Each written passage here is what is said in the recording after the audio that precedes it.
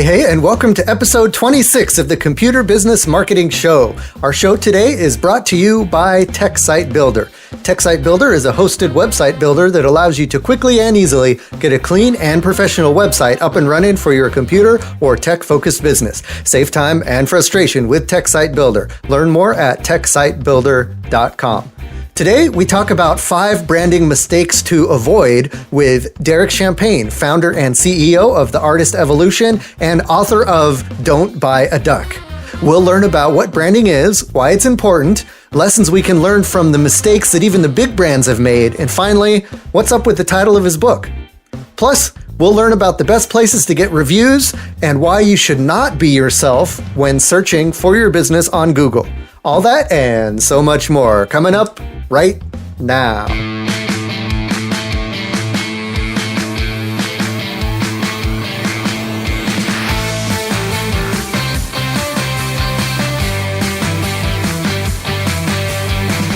Hello, everyone, and welcome to the Computer Business Marketing Show. If you own or work in an IT services business, this is the place to learn how to get more clients, keep them happy, and grow your revenue. You can watch, download, and or subscribe to all show episodes at computerbusinessmarketing.com. All right, guys, I'm very excited today. We're going to have an awesome show. I'm finally back from my hiatus of a few weeks.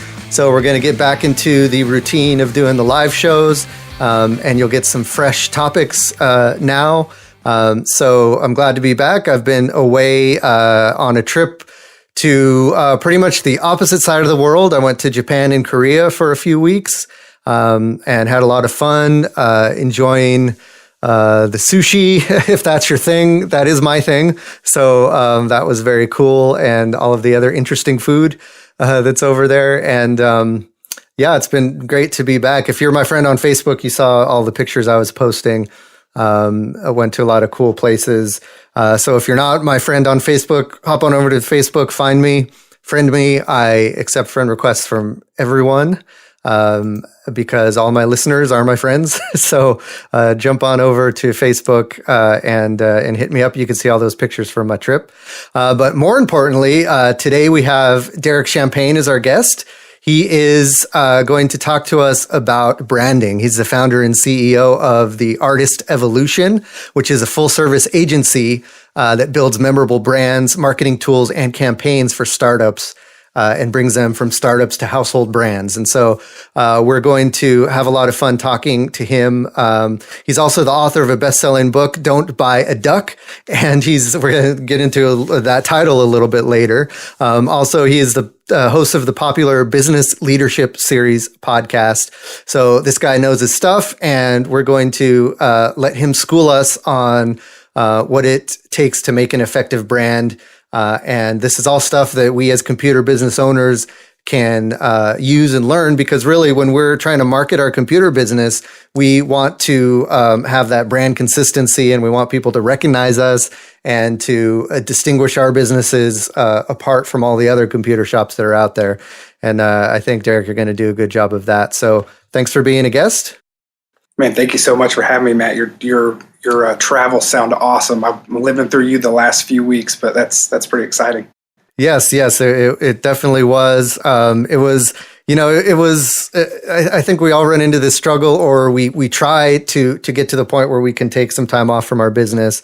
And this was, I think, the longest I've taken away from my business since I started it, like 5 years ago. So it was definitely a milestone to have the processes and systems in place, and I have my VA helping me to kind of keep the wheels turning while I was gone. It was a good test of how well the business could survive while I'm gone. And, granted, I did pop into email every now and then, and I did answer some support tickets and stuff. But for the most part, the business kept churning without me, and that was a great feeling. That's awesome. Yeah, that's an important time in your business to be able to step away for a few minutes and see how it does without you. Yes, and hey, it didn't explode. Nobody got hurt, so I think it was all in all a success. It's great. Hey, Colleen, I see you left a comment there under the live video. Now, Colleen is a graphic designer friend of mine, a web developer, and she said that brand consistency is very important. And so consistency, I think, is key, and that's probably something we'll be getting into in the interview later on. But yes, Colleen, I definitely agree with that. All right. So before we get into the interview with Derek, like always, I just wanted to take a quick peek into the Computer Business Marketing Facebook group and take a look and see what people have been talking about over there while I've been gone. And we've got some good conversations going on over there. If you want to join the Computer Business Marketing Facebook group, just search for Computer Business Marketing in Facebook. It's normally the first group that'll pop up there, and you can request access. We'll let you in, and a lot of good stuff going on in there. Something that came up a couple times in the group here recently was folks were asking, someone went in there and asked, hey, do a Google search and see where my business is showing up, or search this keyword and see what you find. A lot of people were finding that their business was ranking well, but then when other people searched for it, it wasn't ranking well. And something that came out of that conversation was a lot of times when you search for your own business, Google will take that into consideration and start to favor your business results in your own searches. And it does that by keeping track of your logged in Google account. And then it will say, oh, hey, this person, searches for this particular business a lot, ABC Computing, say that's your business. Hey, this person searches for ABC Computing a lot. Let's be sure to start showing that result at the top of the search results. And so you can get a false sense of your business doing better than it actually is in Google by that happening. So someone brought up that it's really important to make sure that if you are wanting to get an idea of how your business is ranking in Google, to either log out of your Google account, or better yet, use the incognito mode or the private browsing mode or whatever, depending on the browser you're using. Use that private mode to search, and that'll it'll not use the cookies and the tracking that it uses, and it should give you better results. Kind of the next level step from that is, and I know you guys are IT guys, so you know how to do this, but is to set up some kind of proxy on your computer. That way it can appear as if you're searching Google from a totally different area of the country. And that, or even your area, if you want to keep it in your area. And that's the kind of the end all be all way to search Google and get an exact replica of what it would look like if some stranger in your area was looking for computer services. So just something to keep in mind if you're searching for your business in Google to see how it ranks for certain keywords or whatever. You want to make sure you're doing that in private browsing or through a proxy, so Google's not favoring your business because you're the one searching for it. Also, something that came up in the group is David asked a question about hiring a freelance writer to write copy for your website. And he said he got a quote from someone who was offering to write copy for $1 per word. And he thought, that was a little excessive because that ends up, being, depending on the length of the post, that could be close to $1,000 for a blog post or, a web page for that kind of copy. Now he's looking for someone who can write SEO focused copy. And someone who's good at it. So a lot of folks were chiming in saying that, we as computer repair professionals or IT service professionals, we want people to respect the prices we set, and we set good premium prices because we deliver great services and we know the value of what we deliver. So you got to kind of think of the same way when you're looking to hire professionals to do things in your business. Copywriting is a great example of something that, it takes skill, it takes lots of experience. There's a lot of nuance to it, especially when you're talking about search engine optimization and copy that, gets people to buy or get excited about your services. That's a skill that you should be willing to pay, something to get that. Have you seen that, Derek, as far as, yeah, absolutely. And copywriting? That sounds a little high, $1 a word, but I will say, and that to me almost sounds like somebody's learning, and they might be a great writer, but they're learning your industry. So I will say this: if you're paying a premium, continue to work with that same person. And we just hired 2 copywriters today as freelancers, and we're spending about, I think, $40 an article, and they're really good with the SEO side of it. But we picked people that knew the industry, and so they're more efficient with it. And so, just watch for that too, that it's somebody that knows the nuances of your particular business, or you might end up paying more because it's going to take them longer to figure it out. Right. And I'd say, $1 per word, that's probably, you'd have to expect a pretty good result from that. Because, and that you bring up a good point. You want to find someone that is familiar with your industry, because otherwise you're paying them to learn, basically. Right. And that might not be what you want to do, especially if your budget is tight. So definitely seek out those writers who are experienced in your industry, because then first of all, they don't have to do the research. And second of all, they kind of know how to speak to your clients and know how to turn, especially for IT, they know how to turn that technical jargon into something that's relatable to your end users and your clients. Right. Something to keep in mind. Yep. So there was a good discussion on that post, though. A lot of back and forth and kind of controversial. And so that was interesting. And then, of course, people threw out like Fiverr and those very, quote unquote cheap places you can go to get copywriting or any kind of service. And, you go to those places and take it with a grain of salt. You might have to end up spending more than $5 to get the result you need. But if you need something real quick and your budget's really tight, that's definitely a place you can go to check out that stuff. Cool. And then finally, we had Jerry in the Facebook group asking about customer reviews. She's always been directing clients to leave her reviews on Google, but she was wondering if there's any place else that it's worth directing your clients to leave a review. Are there any other review sites or places that are worth it? Some folks mentioned specialized places like Yelp and Angie's List, which are great. And then, of course, a lot of folks mentioned Facebook. You can have people can leave reviews for your business on Facebook. And then there's Google. So there's lots of places. And really the one person kind of summed it up great. And they said, wherever you want clients to find you is where you want people to be leaving reviews. So if you're putting a lot of energy into your Yelp profile, then send folks to Yelp. If you're spending a lot of time on Facebook and building out your Facebook page, send people to leave a review on Facebook. Same with Google.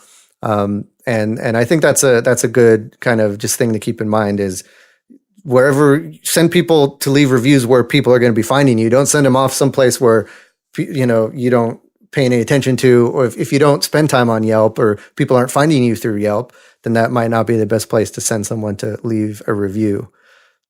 And then of course, Dave Greenbaum, who was a guest on the show a few months ago, mentioned that he did an article about review funnel systems, where you sign up for this review funnel service, and it'll kind of automate the whole process of gathering reviews from your clients. A client has a good experience, you let them choose the place where they're most comfortable leaving a review. Or if they have a bad experience, you funnel them back to you so that you can take care of that and fix whatever was wrong before they go leaving that bad We review. did a few campaigns exactly like that today through a funnel system. And we had a client that needed to increase their Google reviews. And if I can leave one other tip, and that is if you really know your customer base, and if you're gathering their emails, which I want to encourage everybody to always be building your list, even if you think you don't need your emails down the road, you might. Google reviews are always going to be important. We know that because it helps us with our SEO. And so identify who has a Gmail account already. They're more likely to click through. But if they have to sign up for a Gmail account, they may not. So segment your mailing list. And you might be able to specifically ask for a review just from those customer base, and you'll get a higher increase in returns on it. Very cool. I like that. It's a ninja move there that you can do in your whatever email marketing system you're using. I know. Right. MailChimp or whatever, you can segment those lists. Awesome. Great. So again, join us in the Facebook group. A lot of great conversations like these are happening. A lot of great topics folks are bringing up. And these are all computer business owners like you who are struggling with the same things you are. And so instead of struggling alone, let's struggle together and help each other out in the Computer Business Marketing Facebook group. All right, guys, before we jump into the featured topic, just wanted to give a quick shout out to our sponsor, and that is TechSite Builder. TechSite Builder is the place you can go to get a website created for your computer business. It is a do-it-yourself platform, which I think, IT owners and computer guys, we like to tinker and we like to play around. So it's a great place to go if, first of all, if you can't afford to have someone build out a website for you, or to hire, a website developer, but you want a little more service and a little more specialized service and specialized features than you would get from like a Squarespace or a Wix or something like that. I think TechSite Builder is a good middle ground. It's specifically built for computer business owners, and it gives you plenty of opportunities within the platform to add all of the things that are important to you, like list out your services in a beautiful way, make it easy for people to contact you, put up all the important information like your phone number and everything front and center, so people are able to see that. And it leads them to that information very easily.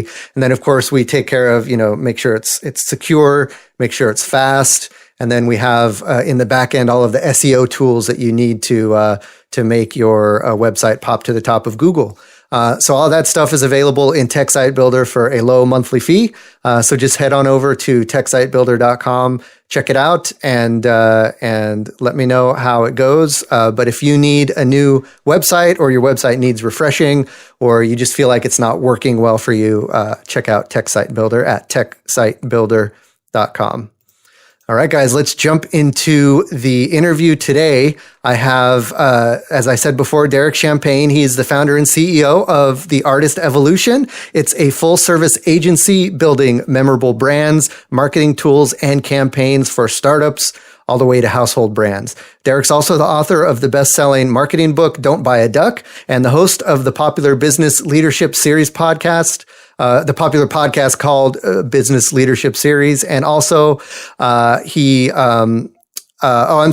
airs it's a weekly business show that airs on ESPN Radio regionally. Did I get that right? That's right. It's a podcast and a weekly radio show. You got it. Gotcha. Oh, that's cool. So you're syndicated out on the radio as well with that. That's awesome. Cool. So before we jump into kind of talking about branding, which is what our focus is going to be, I always like to just, allow you to give folks a little bit of an idea of your background and where you're coming from. So doesn't have to be a quick elevator pitch, but just kind of a brief overview of your background and what brought you to where you are today. Absolutely. Love to. If you had told me 12, 15 years ago that I would be in Northwest Arkansas and have an agency that had been around for 10 years, I would say you're crazy. I've been an entrepreneur for most of my adult life. But my parents were also musicians in the 70s and early 80s. And I was on stage at the first time at 3 years old. First time I went on stage to sing and be a part of performance. And it was just music and business. I just loved them both. And I couldn't really distinguish between the two. I just equally loved them both. So I'm a fellow musician myself. So what do you play? I feel I originally a trumpet player. Cool. Okay. But I also picked up guitar and sing a little bit as well. Awesome. I play a few as well. So I had my first band at 11, and so you can imagine with a band back in the 80s and early 90s is all the promotions that go along with it. So I was always focused on how do I take this music or product, and I watched my parents doing it, and how do I connect it with an end user? And music's a great example of that.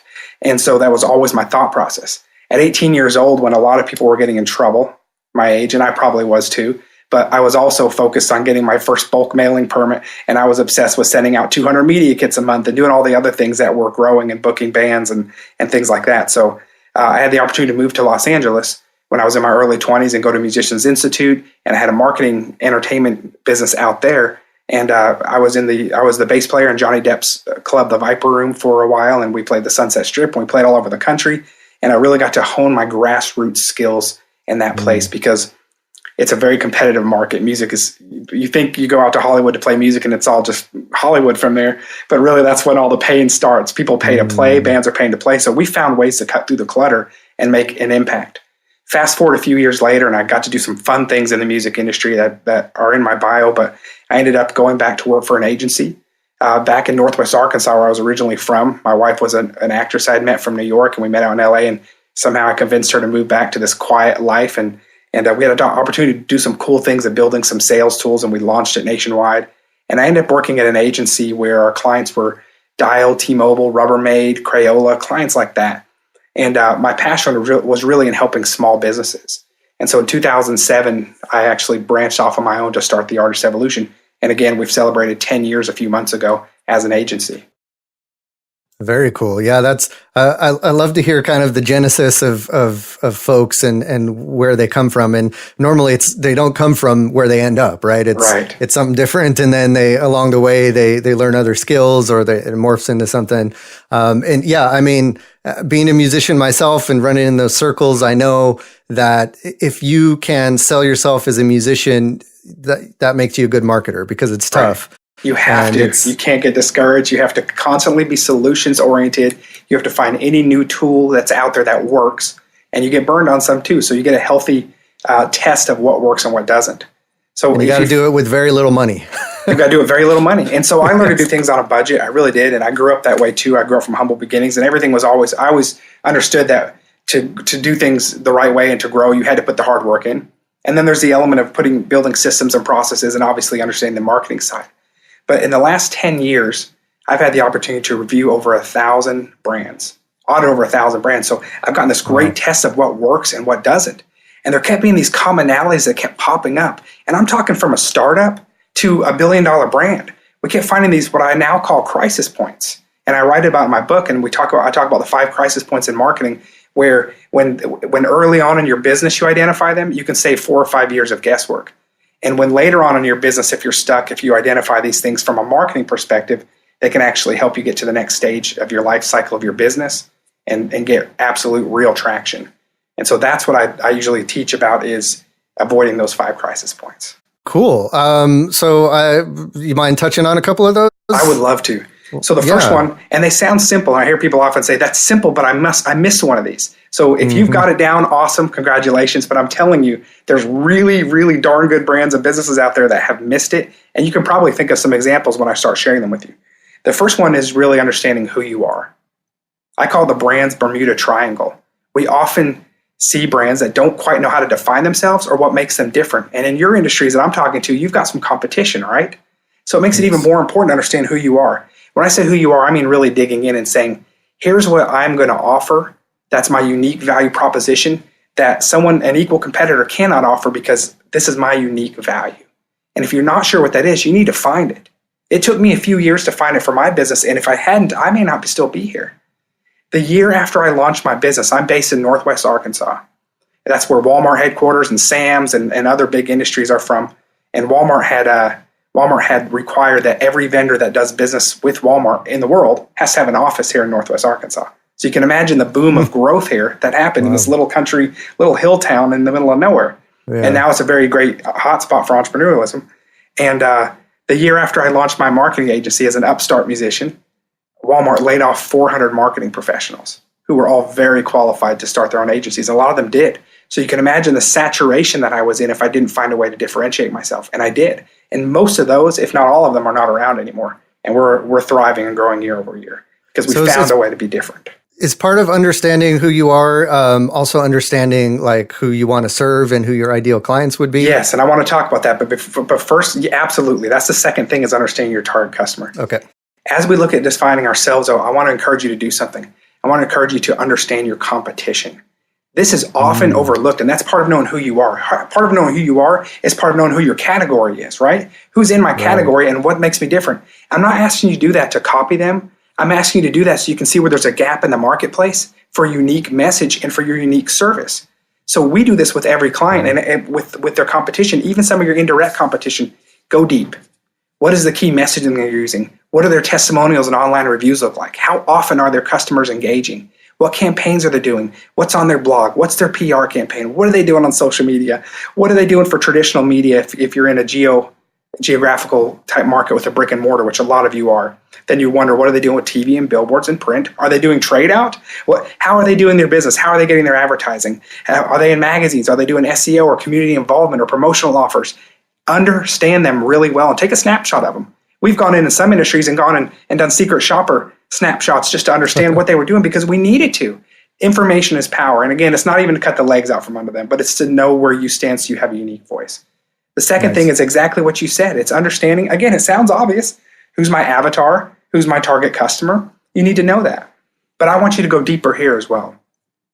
If you're in a relationship, if you have a significant other, if you have a spouse, you get to know them really well, don't you?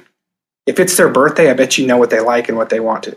I bet you if it's breakfast and you're making them breakfast, you know what they want to have for breakfast. I bet you know the type of place they want to stay. Why don't we do that same thing for our customers?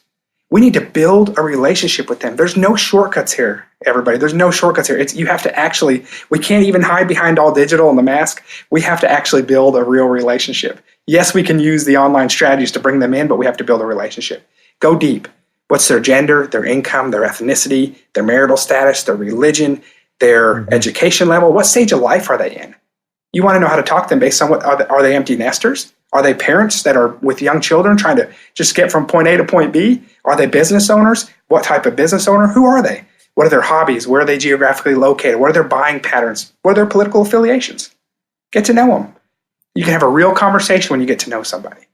So how would you answer the question that someone would say, well, I serve all different types of clients, and like I have every race, ethnicity, income type, they're all coming in the door, and I don't want to leave anybody out by focusing on too narrow. And I think that's great, but I would also want to look at that particular person and see how busy they are.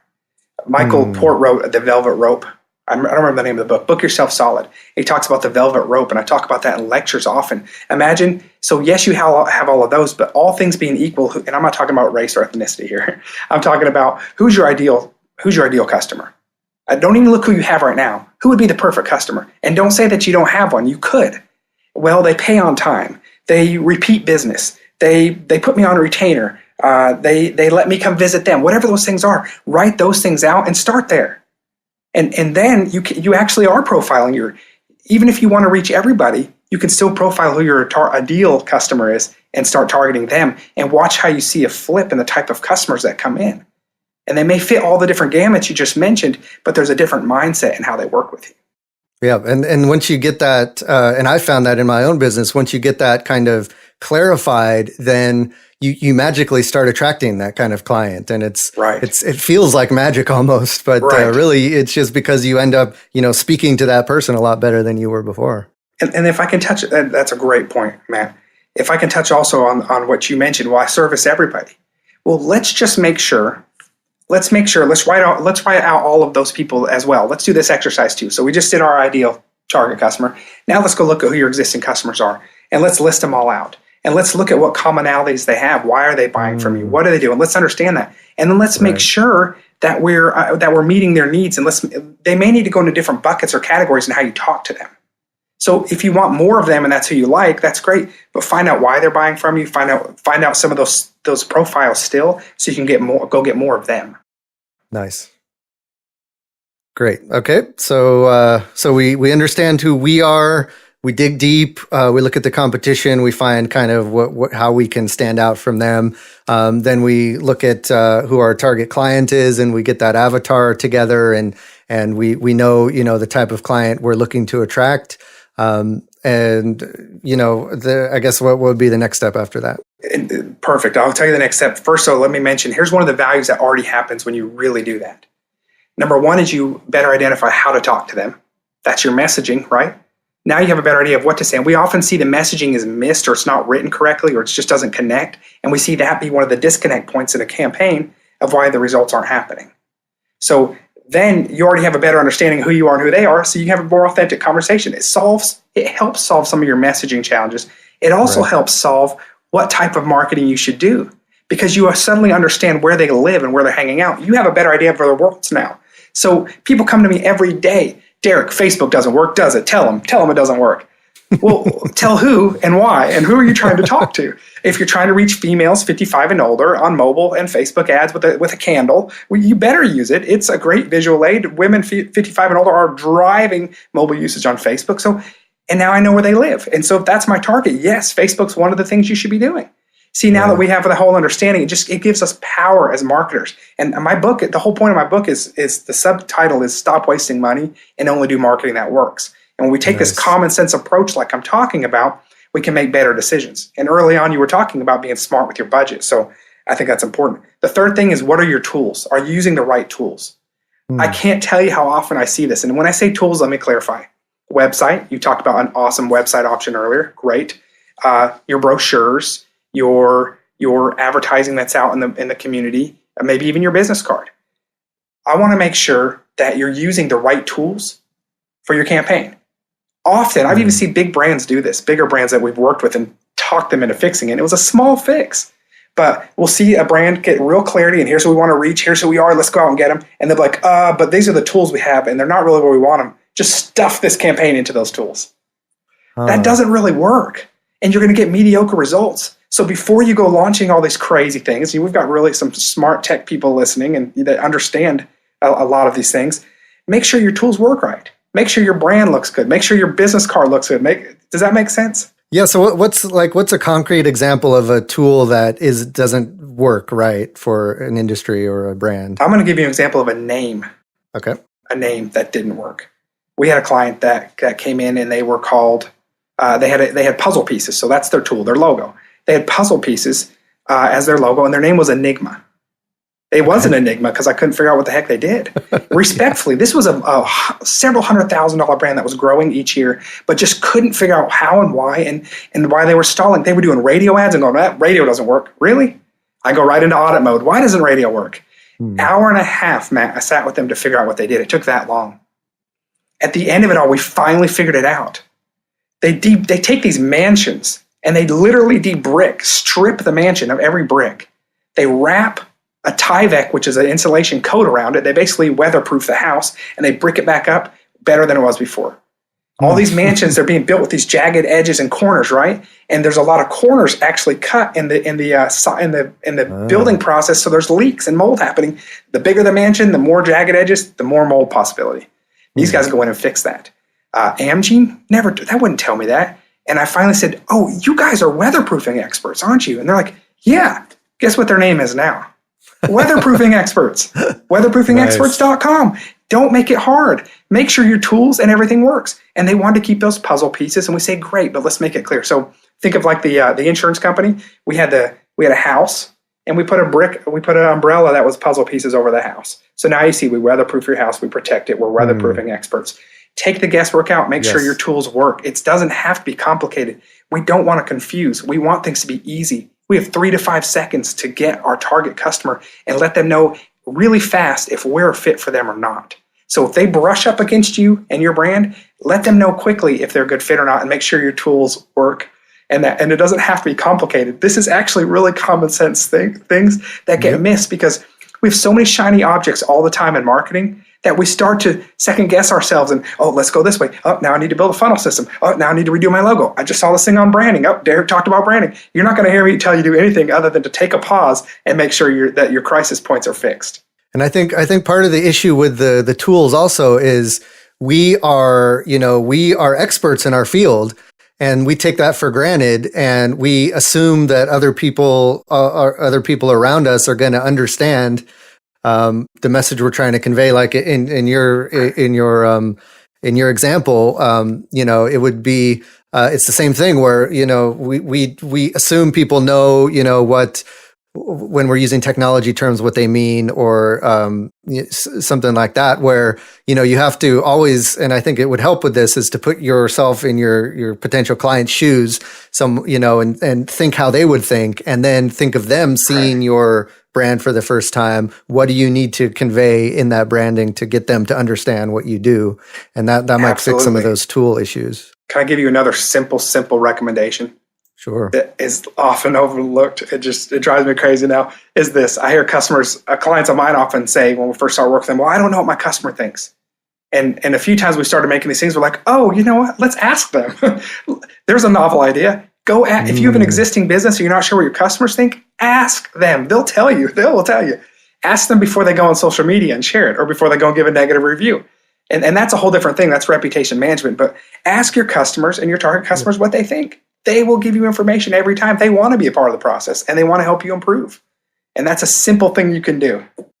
Yeah, and you just a lot of times they won't volunteer that info, so you got to ask them because they don't want to, be rude or step out of bounds, and you just give them the permission to kind of be honest with you, and yep, you'll definitely they will. And be able to take criticism. What are those last two questions? We had who am I, we had who are they, we had understanding your tools, and the next one is having a plan. I have a chapter in my book that says if marketing, and this is important, if marketing is not going according to plan, perhaps you don't have a plan. I see even very successful companies who are kind of teetering and they don't have a plan. And when we come in and say, well, how is this going? Well, we started it, but then we stopped, or we're not sure who was doing that. And then this person's wearing multiple hats, so they stopped doing that and they picked up this instead. And they were in marketing, now they're a tech, and there's just no consistency. So having a plan is critical. And we build pretty sophisticated plans. We build integrated campaigns, but let me tell you how simple it can be. If you don't have one, I want to encourage you, please, today or tomorrow, before the weekend's over, if you have a business, you're running it without a plan, you need to take a pen and a piece of paper out and write a plan down. It can be that simple. It really can if you understand your target customer and you know where they're hanging out. But I want to encourage you to make a plan. Here's what we do when we make a plan. I have 3 categories that I like to see in a marketing plan. The first one here on the left side is external marketing. That's where our entire focus is on new customer acquisition. That's it. New customers.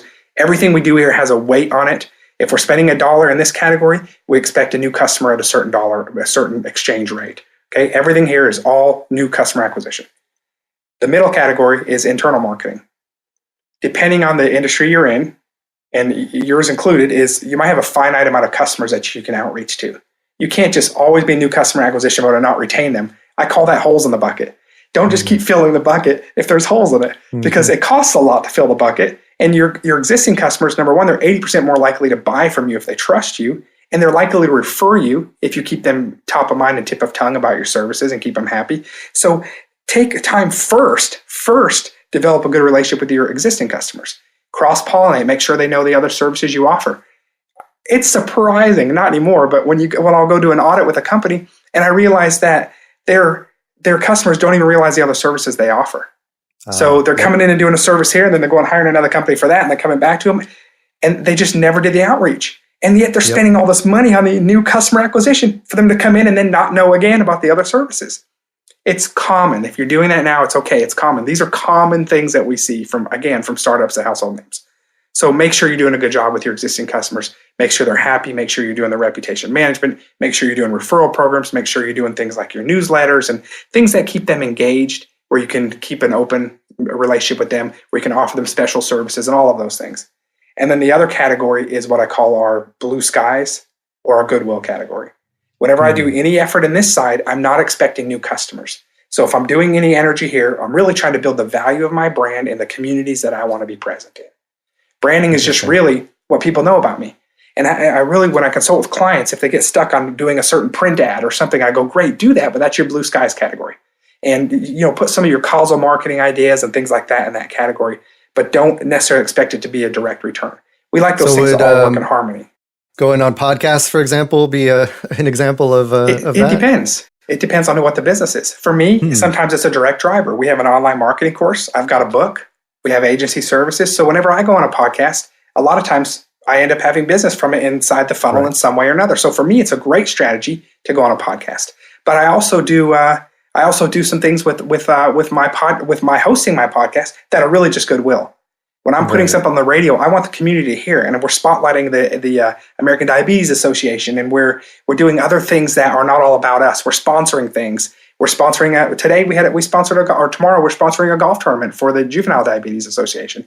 We're not even there, but our name is there, and I'm not waiting by the phone to see who calls because we sponsored that golf cart, right? Yep. So take the pressure off yourself and be careful where you spend. And if you need new customers, which we all do, but if you need new customers, you put your focus and know that your growth happens on that new customer acquisition side.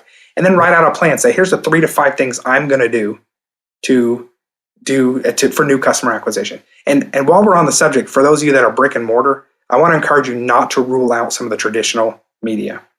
I have a chapter in my book called The Yellow Pages Are Dead and Other Lies Businesses Tell Themselves. That's a very tongue-in-cheek thing because I do believe the Yellow Pages are pretty much dead. No offense to anybody out there if you're involved with the Yellow Pages.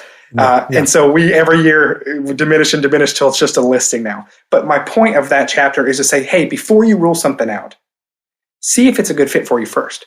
Because newspapers are dead too. But we have some clients that have an attorney that's mass tort campaigns, and we'll put a little 2x4 ad, and we'll get the gentleman 60 plus to read that and then call in. Or somebody that needs a dental implant, they'll read that and call in. So don't just rule something out because someone told you it's not working anymore because you don't. Just make sure you understand if it might be an affordable platform for your target. And on the radio and TV side of things, don't rule that out because sometimes a megaphone, if you have a brick and mortar location, sometimes having a megaphone in your community like TV or radio can be a great fit for you. Excellent. Yeah. And this kind of goes to Jay Burley left a comment here under the video saying that he can't agree more about the planning, but he just wanted to reiterate that you don't just write a plan. You build it, you test it. It's more than just words on a page. And you got to try some of those different things and just kind of get yourself out there and try radio, try TV, try print, try online and see what works and keep iterating. But it starts with the plan, it starts with the list, and then it's an evolution from there, I guess. Absolutely. And if I can share the last point in those 5 crisis points, and that's execution. Execution, we see most things live and die by execution. Our agency are called the execution specialists. Somebody coined us that. And that's where we made our differentiator because it's not the sexy work in marketing. Marketing, the sexy work is to come up with something cool, but nobody wants to execute it. So we, with our clients, we're like, come on, we're just whip them. Come on, let's get this done together. And so execution is everything. Creativity without implementation, without strategy, implementation, and consistent execution means nothing. It means nothing. They have to meet. They have to meet. And so creativity is great, but come over here to the execution side. And I'm going to use a football analogy, even though I'm a common sports fan, but it just works so well. Is, everybody wants to see the Hail Mary where they throw it 90 yards and someone catches it in the end zone. That's not how marketing usually works. To your last comment, to their credit, and it doesn't always work where you on the kickoff you run it for 90 yards. Most of the time, good football happens first downs at a time. You make a first down. You quarterback your campaign really well. You know who your players are. You're intentional. Yes, you're trying things, but you know it works in general because you understand your team and you understand who you're trying to reach. And when you do first down, and you look back, you are closer to your objectives. You're closer to getting the traction that you need. It works. I'm telling you, I'm the preacher of execution, and you live and die by execution in all of your marketing, no matter what it was. Most things we see fail are stopping. I love that analogy because I think a lot of folks fall short on execution because they get discouraged or they get scared because, discouraged because they try a couple little things and they don't see any direct return or immediate response. And then they're like, well, I just give up. I'm going to go back to washing dishes or whatever they were doing. Get emotional about it. And you can't get emotional. Be emotional. And I have a chapter in the book called Getting Married Should Be an Emotional Decision. Marketing should not. Be emotional. Be emotional in your caring about your business. Be passionate, but don't be emotional in your strategy. They don't work. Emotion and strategy they're conflicting. It's oil and water. It doesn't work. Right. And so what you want to do is have a good plan. And you want to I use Maslow's hierarchy of needs as an example sometimes.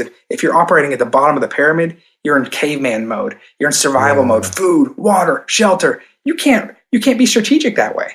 But if you plan, if you act from the top of the pyramid, you can be a great strategic business owner. And I have a acronym that I've coined, and I share this in the book too, and it's called PETMAG, PETMAG. And when you follow PETMAG, you can be strategic and not emotional with your business. That's plan, execute, track, measure, adjust, and grow. And I watch which stage I'm in. That's PETMAG, and I'm happy to share a graphic of that. Plan, execute, track, measure. That's part of the process, everybody. Adjust and grow. And then we don't have to get emotional about it. We know we're just in the different stages of adjusting and measuring our campaign. All right. And you can identify where you are, and that kind of helps you feel good about wherever you are in that process. Absolutely. Awesome. So, great stuff. I mean, that alone is going to, I think, give lots of ideas to folks and things for them to go back and chew on. Something I actually wanted to touch on at the beginning, but I forgot to, was just, what is when we say branding, what does that mean exactly? Is that everything in marketing? Is that your logo? I mean, people think of branding in different ways. Yeah, here's how I like to define branding. It's what your ideal customer knows about you. Mm. It really can be that simple. It can. Yeah. And I need it. Guys, everybody, I'm a small business owner just like you are. Mistakes are costly for me. Making bad decisions cost me too. So I understand. I feel the pain of making bad decisions. I get it. And it doesn't have to be complicated. My mission and what I do in marketing and branding, and we do it from household, big companies too, is to make it simple. And again, we don't need to complicate it. We don't need to have big words for it. Distill it down to what it actually is. Yes. How do we get results from it? Branding is what people know about you. So here's something cool, and it has to be authentic. But in branding, if you're authentic with it, you get the chance to help shape perception about who you are. That's not being dishonest. That's being intentional. Be intentional about shaping perception. So if you're a new brand, great. If you have a negative reputation, well, great, fix that and change it. So we do exercises that say, how do I want to be perceived? What are adjectives and moods and emotions? I know this sounds hokey, but it works. When somebody interacts with my brand, what do I want them to feel? I want them to feel success. I want them to feel relieved. I want them to feel like there's a burden that just came off their shoulders because I'm going to help them with the heavy lifting. I want them to feel like they don't have to worry about it anymore. I've got this. I want them to feel like I'm part of the family. Write those things out and then act intentionally and help shape that and be consistent in living that. That's what a brand is. I love it. Act intentionally. That's a great kind of subtitle for this podcast episode. And I think this is something that, a lot of folks listening to this might just be starting out or might be, running a business part-time, and they think, well, branding is something that, Coca-Cola and Nike do, and I can't apply it to my business. But I think, the way you described it right there, how you want your customers to perceive your business and how that you want them to feel, I think that's super important, something that you got to kind of get started with right away from the get-go. Yeah, and keep in mind, Nike, if you know the story of Nike, I won't get into it, but that was kind of a mistake the way it happened. And it's not this, I hear clients say that all the time, I want the logo like Nike. It wasn't, look at brands like GoDaddy. Let's be honest, GoDaddy's logo is not great. That's right. But they've got a recognizable brand, and they don't care because they're doing it well. And it's the way they built the perception around what they're doing. And I'm not even an advocate for GoDaddy, but that's just an example. Nike the same way. Coca-Cola, you know how much time they put in? The bottling company, I think it was in the 30s, and I talk about this in my book. They commissioned a bottling company, to crush. They wanted their logo so identifiable that if it was crushed on the side of the road, you would still know it was Coca-Cola. And tell me, have you ever not recognized a Coca-Cola can or a bottle when you've seen it smashed? Yeah, they did that intentionally for the last 60, 70 years and spent a lot of money on it.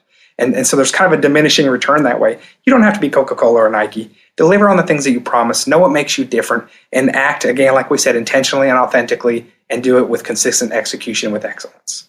Love it. So I take it folks can find a lot of these insights in your book, Don't Buy a Duck. What is behind that title, first of all? My book is Don't Buy a Duck. It's a bestseller on Amazon. It's done very well, and it's because I just talk just like this to you, and I share lots of real-world examples of brands like Nike and Starbucks and Coca-Cola, and then a ton of real examples from my own clients I share. And I go through all these tried and true principles. The duck is a real duck. When I was 8 years old, my mom always growing up had one of these cars. The feature, every car she got had the same feature, and that is whenever we passed the yard sale, it would just turn over and park and just eject us into the yard sale. She loved yard sales. If some of you out there can relate to having a family member that goes to every yard sale, whether you need something or not. And I was 8 years old. I had $5 in my pocket, hard-earned $5. My brother did as well. I went around the corner and the stars aligned for me. There was a real duck looking up at me, had a string on its webbed foot. I named them Quackers right then. Why wouldn't you name a duck Quackers? I said, Mom, I need this duck. And she knew something I didn't. She said, Are you sure? Are you sure you want to spend your money on this? And I said, I got to have it. So she let me buy it. My brother and I pooled our money. I put it in the car. They call it buyer's remorse. Everybody can relate. It's a designer dress you bought. It's a TV. It's a car. The purchase itself was more fun than getting the product in the car. Just that impulse buy. And about that time, this duck went nuts in our station wagon. It was a 1984 Oldsmobile station wagon with the wood paneling, yard sale chariot. And it felt like an albatross in the car flying around. We were able to get it safely into the neighbor's pond. It lived out its days there, but not with us. And that was my first lesson in not buying a duck. And business owners, all of you out there just starting out, you're going to get hit with opportunities. The next time you open, when you're in Facebook right now, you're going to see opportunities for some new funnel. When you go outside, you're going to see something else. You're going to get a call at your business to sponsor a Little League team or to buy Girl Scout cookies, whatever it is. You're going to get you're going to get called by advertising agencies tomorrow. And you are going to hit all week, every week with ideas and ways to spend your money. And my suggestion is don't buy a duck. Do these 5 principles that we talk about. I encourage you to read the book. It's 110 pages, I believe, and it's an easy read. And in the book, I say, hey, before you spend anything else, just make sure that you understand these principles, because you can be a smart marketer and you can be empowered like the others that are making good decisions, but just make sure that you understand your role and how you're relating to your customers and how you're spending and what you're buying. Very cool. So we will put a link to the book in the show notes. I've already added it to my to-read list. So awesome. Looking forward to checking that out. So great. I think that's going to wrap it up for this episode. Thanks for all the great insights. Now, if folks wanted to reach out to you or learn more about you or, check out what you have to offer, where can they find you? Absolutely. I've got a couple things I want to share. One is the duck, obviously, is you can go to your show notes or don'tbuyaduck.com. I have a video trailer about the book. I have a DIY course because I heard that your audience likes DIY things. Yes. I have an online marketing course. My wife and I, she's an expert marketer. Her and I worked really hard. And for the last all summer, we have 40 videos, 25 worksheets, and a 38-page marketing plan template at champagnemarketingcourses.com. We built that together and launched it 2 weeks ago. That is a DIY approach. We walk you through all the things they're talking about today in detail. We show you how to write press releases. We show you what type of media to choose and when, if you should do TV or not. We show you the different types of Google AdWords. We show you how to build your brand effectively. We show you how to write messaging, and then we provide you with a plan at the end. Even writing a content calendar out for a year, we have it all right there in that place. So that's a great resource. And then if you have a business that's looking for help of some kind and you want to say, hey, I don't know where I'm at, but I'd love to know, we have a free marketing assessment at assessmymarketing.com, and there's no obligation. And someone from my team helps walk you through and says, here's what you probably should look at doing next. And then you're welcome to look at the next steps and options. Oh, very cool. I think that's, I love getting those types of audits and assessments, because you really need the view of an outside person and an expert to kind of, even if you feel like you've gotten all your I's dotted and T's crossed, normally they'll find something through those that you can improve, and it's usually very eye-opening. Great. Excellent. So we'll have links to all of that in the show notes. Derek, I appreciate it. Good luck with everything you got going on, and let's keep in touch. Matt, thank you, and thank you to your audience too. You guys are in great hands with Matt, and I appreciate all that you're doing in bettering yourselves with your business. Appreciate it. All right, guys. So that's going to do it for this episode of the Computer Business Marketing Show. Let's keep the conversation going, though. Head on over to computerbusinessmarketing.com. Let us know what you think of this episode in the show notes. At the bottom of the show notes, we have a comment section, or jump over to Facebook in the Computer Business Marketing group. We love to hear back from you guys. We love the interaction on the Facebook Live that's been going on. So we just, always love to hear from you. Don't forget about the Facebook group, Computer Business Marketing, the Computer Business Marketing group. We can give you access to that. Just search for it in Facebook. And then, of course, if you listen to the podcast in iTunes or Stitcher, be sure to leave a review. Any review you leave helps bump up the podcast in the rankings there on those platforms, and then more people can listen. We can get more awesome guests, and it's a win-win. We did get some new reviews. I forgot to read them this episode. I'll read them next episode. I love reading the reviews we get from you guys, and we got a nice little boost from Bruce Corson in the Computer Business Marketing group. He reminded you guys to leave reviews, and you guys came out for him. So appreciate that, and we'll get those read next week. Finally, don't forget to check out our sponsor, TechSite Builder at techsitebuilder.com. Thanks, guys, again for checking out the Computer Business Marketing Show. My name is Matthew Rodella, saying here's to your success.